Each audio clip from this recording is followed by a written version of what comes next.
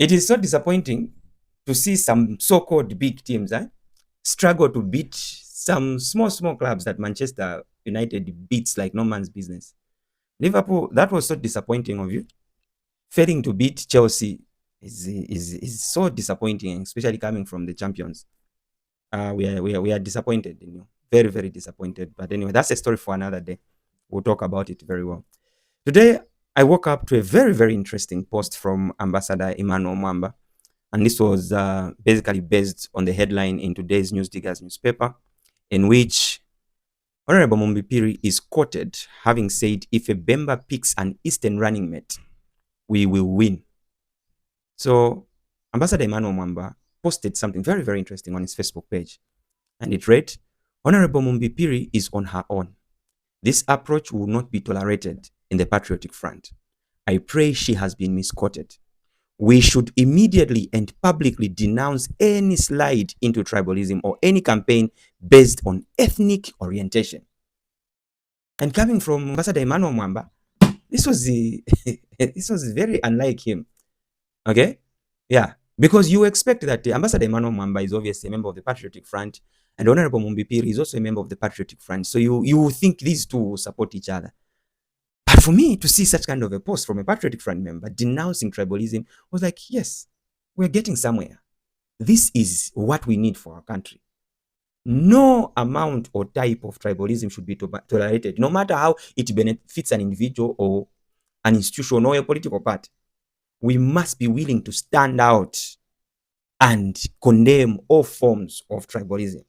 Now, when I saw this headline and the post from Ambassador Emmanuel Mwamba, I also got interested to understand, is this honestly true or it is false?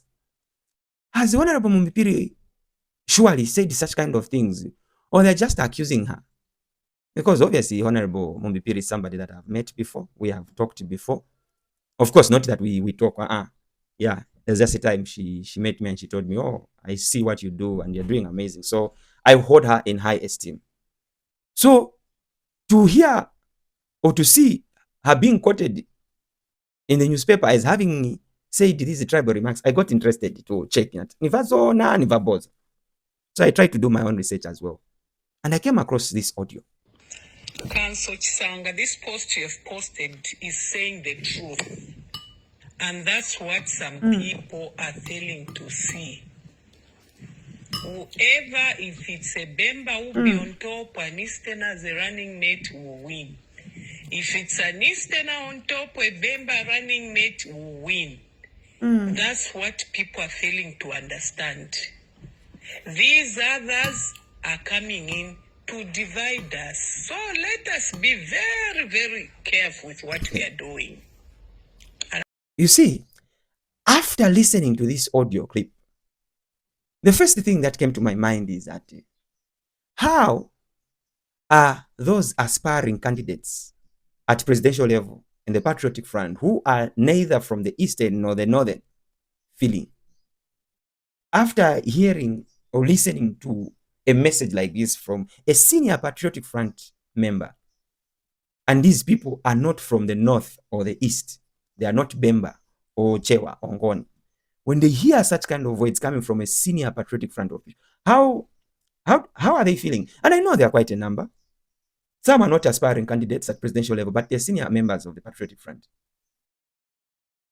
Hearing such kind of sentiments, Honorable Rafa Nakachinda, how is this sitting with you? Honorable Given Luvinda, remarks like these, how do they make you feel? Honorable Grayford Monde, a man that I also hold in high esteem, hearing these remarks, how do they make you feel? Do you feel at home? Do you feel welcome? Do you feel your efforts are appreciated? How do such sentiment? And I'm asking this question to you, our fathers. I'm asking these questions to you, our elders. When you base your campaigns or political ideologies on ethnic groups and tribe, do you know exactly what you're doing for us as a younger generation? Our forefathers fought tribalism to the core. It's not something they tolerated. History has it. You can read more about what KK did with regards to tribalism.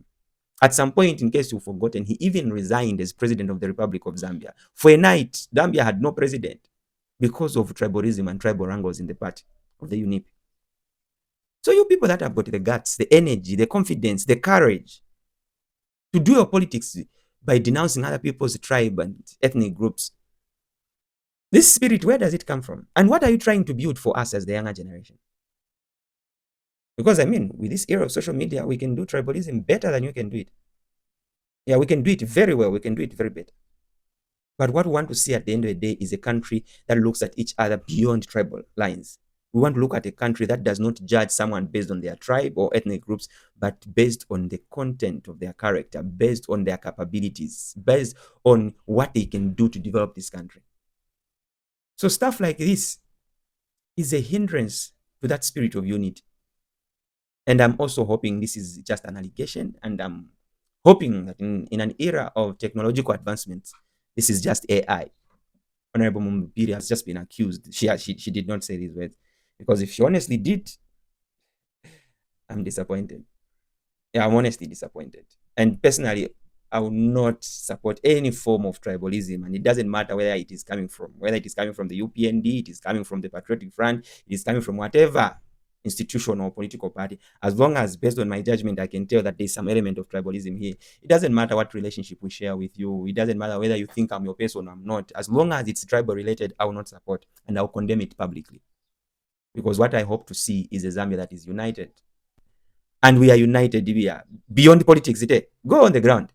Go on the ground. So right now, people are marrying each other. People are doing susuperi. People are drinking together. People without looking at each other based on tribal lines. So why should tribal lines matter at political level? When down here, we are impregnating each other. When down here, we are tying the knots. When dying here, we are dating and disappointing each other. Why at that level should we think of tribalism? How many of you consider tribalism when you are about to do susuberi? When mumaifunza kuti iyi category or instrument of power ni achibemba, ni achitonga, ni achirozo, ni achichewa. How many of you? So why should tribalism matter at disappointment?